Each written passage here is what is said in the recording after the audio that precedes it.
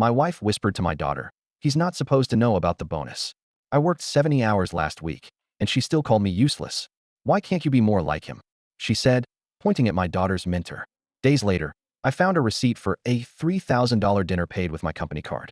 I was walking past Brielle's bedroom when I heard her say, "He's not supposed to know about the bonus." I stopped cold. My first thought was, what bonus? I knew they weren't talking about Brielle. She's 17, no job, and I sure as hell didn't get any bonus. I'm Derek. I'm 45, and I work in IT. I've spent my life doing the steady, unglamorous work that keeps the internet and servers running for businesses. I've always prided myself on being reliable, even if that meant missing out on fun things or not always being present. My wife, Cassandra, is 42. She used to work in marketing, but for the past few years, she stayed home, calling it freelance consulting, though I rarely saw any actual work. We live in Buffalo, New York, and we've been married for 18 years. We have one daughter, Brielle. She's smart, kind, and definitely a product of her mother's ambition and my cautiousness. She joined a youth mentorship program downtown about 6 months ago. That's when this all started shifting. The mentor, Kaylin, was someone Cassandra wouldn't stop talking about. At first, it was just small things. Kaylin thinks Brielle should try a pre-college leadership course. Kaylin says it's about exposure, not grades. Kaylin took the group to a networking dinner. At first, I didn't think much of it. Sure, whatever. Good influences matter, right? But then Cassandra started referencing him more than she mentioned me. She'd quote him during arguments, compare me to him, praise how he dressed, how motivated and inspiring he was.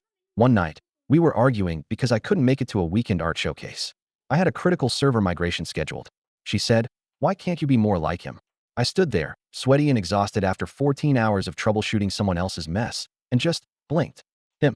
Kaylin," she said. "At least he shows up." I didn't say anything. I knew that no matter how much I defended myself, she'd already made up her mind. But the moment I heard her whisper to Brielle that I wasn't supposed to know about some bonus, that's when everything changed. That night, I couldn't sleep. I sat on the couch, staring at the ceiling and trying to think of all the times something felt off. The dinners that went too late. The mysterious charges she said were business expenses from consulting. Her new clothes, her phone upgrade. I hadn't questioned it before. The next morning, I logged into our shared bank account. Nothing unusual. Then I checked the statements for my company credit card. I rarely use it, only for approved work expenses. And there it was. A Carico del Ristorante Fiorella, $3,017.42. My heart dropped. That dinner wasn't mine. That card wasn't hers to use. I had handed it over a few weeks earlier when she needed to pick up some external hard drives for Brielle's school project. She said it would be easier than transferring money between accounts. I trusted her. Ristorante Fiorella is not a casual meal. It's a place where people propose or celebrate major life milestones. We'd gone there for our anniversary once. One time, that night, the night of the charge, I was working the entire evening through the next morning for a data center migration. I didn't eat dinner. I drank vending machine coffee and ate protein bars. I requested an itemized receipt from the restaurant. It took them 2 days to get back to me, but when they did, I stared at the email for an hour. The dinner had been for 4 people. 2 bottles of wine, imported steak, seafood tower. One dessert was marked with a sparkler and a "congrats" written in chocolate on the plate. I sat back and felt like my insides had collapsed. I started digging. I don't know how I didn't see it before. Cassandra had another account. She used her maiden name. I only found out when I saw a PayPal confirmation email on the shared laptop she sometimes uses.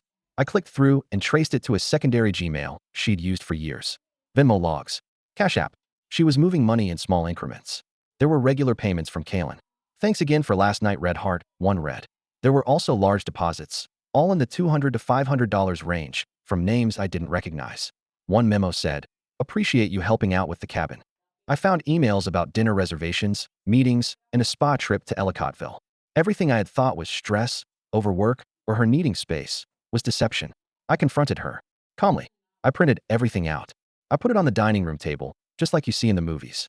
When she walked in, I didn't raise my voice. I just said, "You want to explain this?" She didn't. She sat down and crossed her arms. "You weren't supposed to see that," she said quietly. I laughed, but it wasn't a joyful sound. What is it I wasn't supposed to see? The $3,000 dinner? The secret account? The payments from Kaylin? She still didn't deny it. She just shrugged. "You work too much. You're barely around." I needed help. He helped. That sentence has haunted me ever since. He helped? What did that mean? What exactly was she getting from him? She never clarified. She packed a bag and left that night. I stayed up again, but this time I was numb. I haven't told Brielle everything. Just that her mom and I are separating, and we're figuring it out. She was quiet for a long time. Then she asked, "Is it because of Kaylin?" I looked at her, And I could tell she knew more than I thought. I don't want to talk about him, she said, eyes hard. So I didn't press. I've contacted a lawyer. Cassandra is now living with a friend, or maybe Kaylin. I don't know, and at this point, I don't care. The company wrote off the dinner as unauthorized use, but it's a black mark. I've worked there for over 12 years. This might end up being a career-altering mistake that I didn't even commit. It's been 3 weeks since she left. Brielle and I are figuring things out. We've been ordering takeout, cooking occasionally, walking the dog more. The house is quieter, but not heavy like it used to be. I still haven't cried. Maybe that'll come later. Maybe it won't. Brielle has always been sharp, observant, quieter than most teens, but when she speaks, it usually means something. After Cassandra left, she didn't ask for many details. She didn't throw a tantrum or demand answers. She just existed around me. Not avoiding, not clinging. I was making us dinner a few days later, boxed mac and cheese, nothing fancy. I offered her a spoonful to test. It's fine, she said. She stirred it around on her plate. Then, out of nowhere, she asked, so what are you going to do? About what? I asked, even though I knew. She looked up. About Mom. Kaylin. Everything. I sighed, trying to keep things stable for now. For you. There's a lot to figure out. Her eyes narrowed slightly. You knew before that night, didn't you? Not everything. Just started to notice. She looked down again. He's a creep. Kaylin. He tried to act like he was this motivational guru, but he made weird comments. About what I wear. My makeup. How mature I seemed. I told Mom, but she said I was overthinking it. That made me stop. I put my fork down and sat up straight. You never told me that. She shrugged, like it didn't matter anymore. I didn't want to make things worse. Mom already thought I was ungrateful. The quiet after she said that was heavier than any shouting match could have been. I realized in that moment that I'd been too focused on saving a marriage that had probably died long ago. I hadn't even noticed the way my daughter had been navigating this mess alone. I told her I was sorry, not just for what happened, but for not protecting her better, for not being more present. She didn't say much, just nodded. But the next day, she asked me to help her pick out a new desk for her room. We spent the afternoon assembling it together while some old Billy Joel records played in the background. A small thing, but maybe a first step. The divorce lawyer, Terrence, a college friend of my brother, was both efficient and cruelly honest. He told me the restaurant charge might work in my favor. Misuse of a company card, even if not technically a crime, showed poor judgment. The hidden account, the unexplained money, and the potential inappropriate relationship with Kaylin? It was all ammunition, especially if it came down to custody. He asked me if I wanted full custody of Brielle. At first, I hesitated. She was almost 18, nearly out of the house. But something about the way she said, Mom already thought I was ungrateful, kept echoing in my head. Yes, I said, if she wants to stay. We filed the papers a week later. I ran into Kaylin 2 days after that. Pure chance. I had gone to grab coffee at a place near Brielle's school. The Golden Bean, kind of overpriced, but the scones are good. He was there, sitting at a table outside, wearing his usual tight polo and Ray-Bans, typing on his MacBook like he was writing the next great novel. He looked up and spotted me. His expression didn't change. He gave me a slow nod, like we were peers. I walked over. I didn't plan to, but my feet carried me. Are you enjoying dinner on someone else's dime? I asked. He blinked, smiled. Derek. Tough times, huh? I wanted to punch him. I really did. But there were people around. Students. A family with a toddler. So I didn't. I leaned in slightly. You've been sending my wife money. Taking her to dinners. Acting like a mentor to my daughter. That ends now. He gave this smirk. God, that smirk. And said, Cassandra's an adult. So is your daughter, practically. They make their own choices. I clenched my jaw. If I find out you crossed a line with either of them, I'll make sure every organization you're tied to knows exactly who you are. He raised his hands, feigning innocence. I'm not the villain here, man. Maybe you just couldn't keep her happy. That did it. I didn't swing, but I grabbed his laptop and dumped his coffee all over it. Not my finest moment, but it felt fair. I walked away before he could react. 2 hours later, I got a call from Cassandra. What the hell did you do? You mean besides letting you steal from my company and lie to our daughter? You embarrassed him in public. Good. He's a predator. There was a pause. Then, quietly, she said, he's not like that. You think that because he told you what you wanted to hear. But I heard what Brielle told me, and you didn't listen to her. She went silent. I hung up.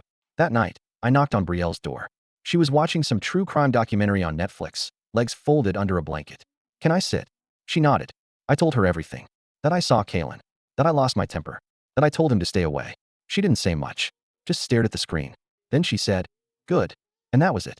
No long talks. No thank yous. Just that one word. But it meant something. It meant she felt heard. Finally, the custody paperwork moved forward quietly. Cassandra didn't fight it. Maybe because she knew Brielle wouldn't choose her right now. Maybe because Kaylin, or whatever illusion she'd built around him, had started to crack too. I heard through a mutual friend that he'd stepped back from the mentorship program after personal complaints. There wasn't any public wrongdoing, just whispers, but enough for him to disappear from the scene. I didn't celebrate. It didn't feel like a win. Just less weight on a chest that had carried too much for too long. Brielle started staying out less. She dropped the youth leadership program entirely. Said she wasn't interested anymore. She didn't even give a reason. I didn't push. I figured she'd say more when she was ready, or maybe never. Some wounds settle deep, and silence is their only scar. We went grocery shopping together more often. She started adding things to the cart I'd never seen her eat before. Greek yogurt, some frozen smoothie packs, these overpriced honey crackers she claimed tasted like home. I asked her once, jokingly, "Since when do you like this stuff?" She smiled, barely, and said, "Since I started buying my own things." That hit hard. I realized she'd been navigating more of her own life than I'd given her credit for. Maybe longer than I even knew. I was starting to see all the small gaps in our family. How often she must have been caught between silence and tension. How easily Cassandra dismissed or redirected any discomfort. How I wasn't there enough to question it. Not out of disinterest, but out of the naive belief that providing meant being present. I was wrong. One evening, I came home later than usual. Another day full of follow-up calls from work, internal audits because of the credit card misuse, and HR documentation. I still had my job. Barely. But I'd been moved to a role with fewer privileges, which was a polite way of saying they didn't fully trust me anymore. I walked in and found Brielle sitting on the floor of the living room, organizing photo albums. On the coffee table, a half-empty bottle of ginger ale and a stack of loose photos. One had me holding her when she was maybe 4 or 5, her face covered in frosting from a birthday cake. I looked tired, even in that picture.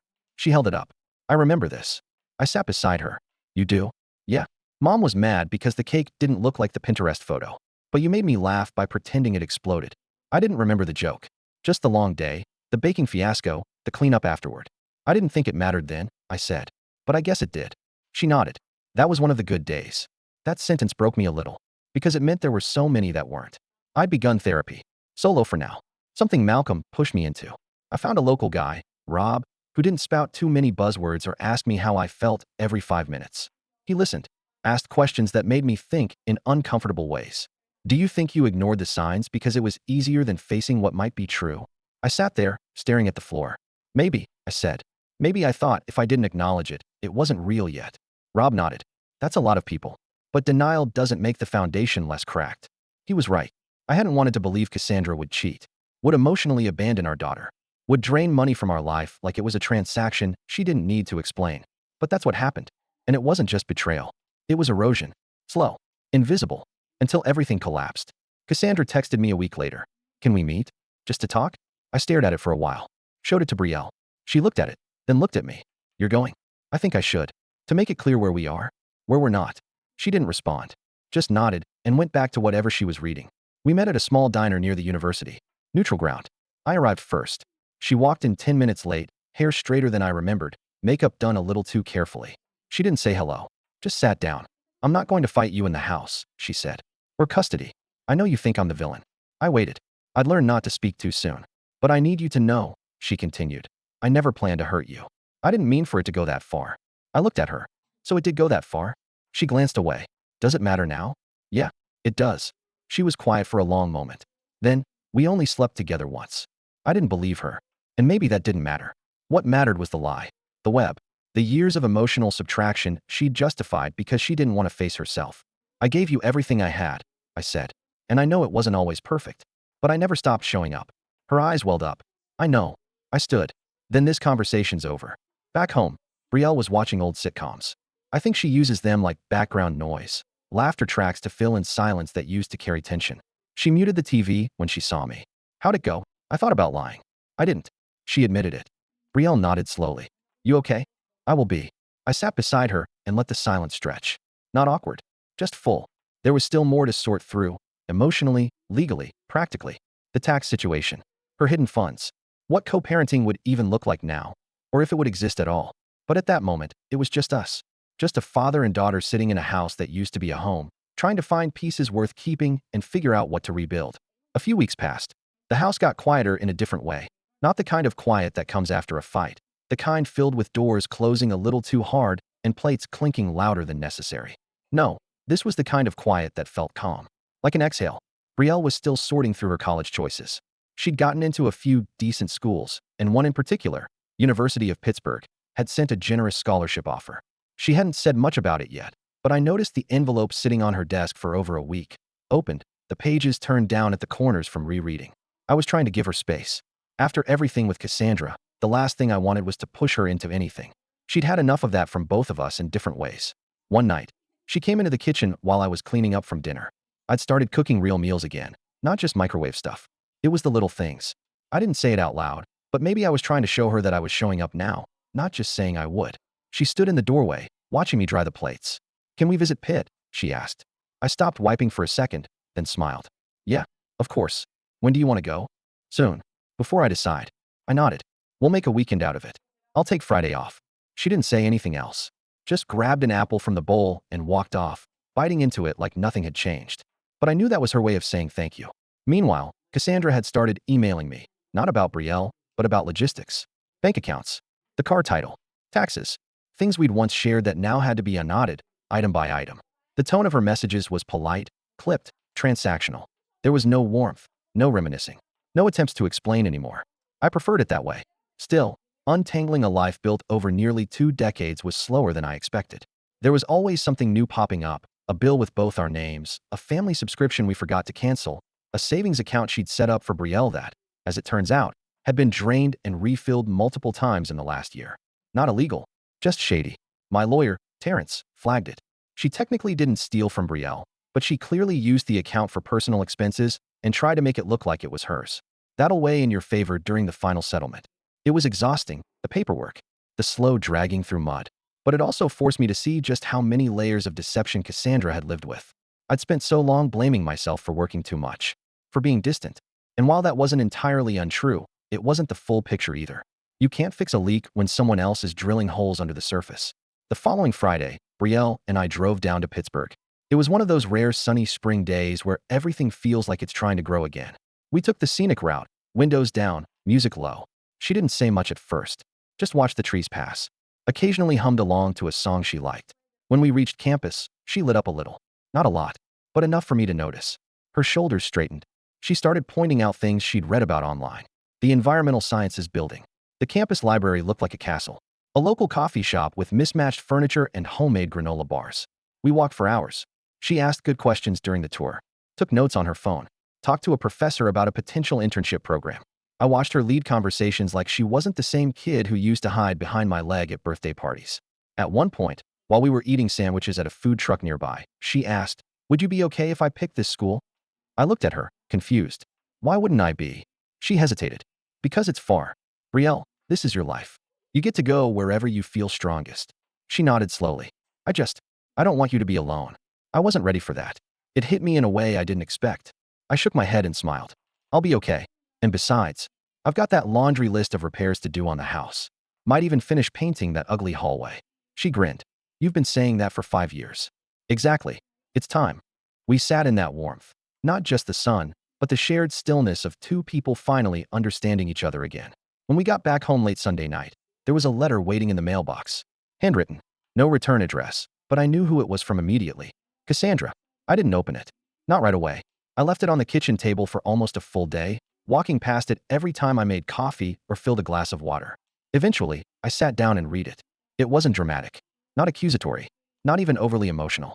She apologized. Not for leaving, not for cheating, but for losing the thread, as she put it. "I wanted to feel like I mattered again," she wrote.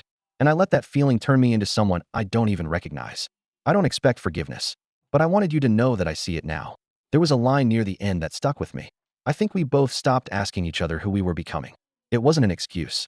Just a sad truth. People don't wake up one morning and destroy a life. They just stop watering it, stop checking in. And one day they look up and don't recognize the person sitting across from them, or the one in the mirror. Brielle hasn't asked to see her mom. Not yet. I told her the door's open, that I'd support her either way. But she seems content right now. Focused. More grounded than I've seen her in a long time. She still has days where she gets quiet. I'll find her curled up on the couch, hoodie over her head, headphones in, blocking the world out. I leave her alone then. Let her come back to the surface in her own time. We're still building our routines. Sunday pancakes. Grocery trips with bad music playing in the car. Night walks around the neighborhood when the air cools down and we can talk without thinking. It's slow, but it's honest. And after everything that came before, that's more than enough, for now. The final court date was in mid-May. It had been almost 6 months since Cassandra whispered to Brielle that I wasn't supposed to know about the bonus. 6 months since I discovered the $3,000 dinner. 6 months since my life took a quiet, cruel detour and slowly rebuilt itself. Terrence and I walked into the courthouse with everything we'd gathered. Documentation, bank records, the itemized dinner receipt, correspondence between Cassandra and Kaylin, screenshots of Venmo transactions that raised eyebrows even if they didn't break laws. It painted a picture, not of a woman who simply strayed, but someone who systematically hollowed out a marriage while playing the role of the aggrieved. She showed up alone. Kaylin wasn't there. He'd ghosted her not long after I confronted him, and word was, he had relocated to Florida after the mentorship program folded under quiet scrutiny. Funny how people vanish when the spotlight turns. The court proceedings were civil. Cassandra's lawyer tried to paint a narrative of mutual breakdown, but her own documentation betrayed her.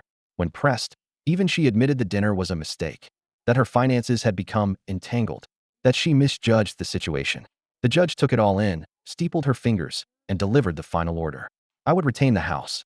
Full custody of Brielle remained with me. Spousal support was denied due to Cassandra's clear financial independence and undisclosed assets. She was ordered to repay a portion of the improperly spent funds, especially the dinner charge. It was symbolic more than anything. I wasn't going to see most of that money again, but it mattered.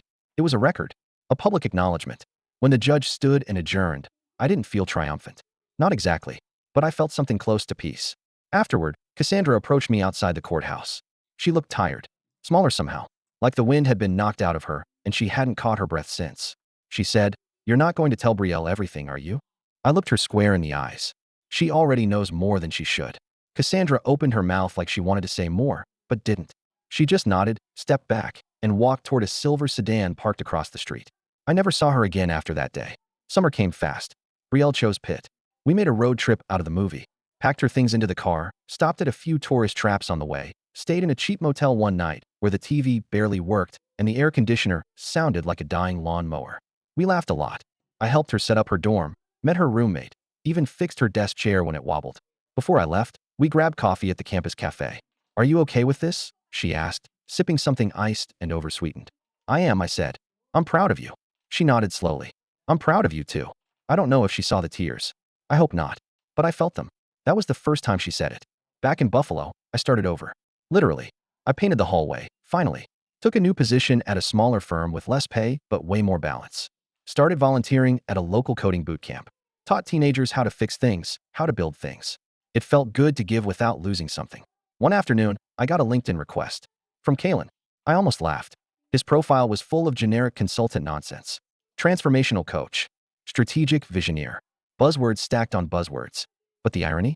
His new job was with a company my old firm had a stake in. A company I still had connections with. So I made a few calls. Nothing dramatic. Just passed along a document or two. Let someone in compliance take a look at that $3,000 dinner. Let them notice that someone who once mentored minors was now applying for a role that required oversight, character assessments, and legal background checks. A week later, his profile updated again. Freelancer. Open to work. No job listed. No endorsements. Just floating in the wind.